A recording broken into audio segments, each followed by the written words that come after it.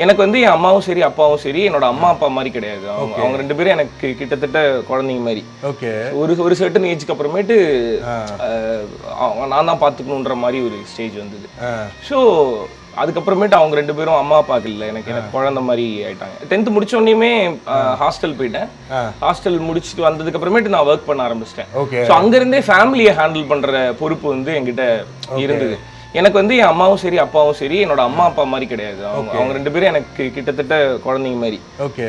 ஒரு சர்டன் ஏஜ்க்கு அப்புறமேட்டு நான் தான் பார்த்துக்கணுன்ற மாதிரி ஒரு ஸ்டேஜ் வந்தது.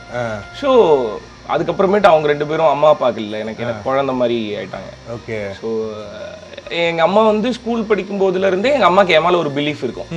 ஸோ எதையுமே தடுத்ததில்லை, நான் என்ன பண்ணாலுமே எல்லாத்துக்கும் ஓகே தான். அங்கே ஒரு நோ கூட எங்க அம்மா கிட்ட இருந்து நான் கேட்டதில்லை. ஃபுல் சப்போர்ட் சிஸ்டமா? ஆமா.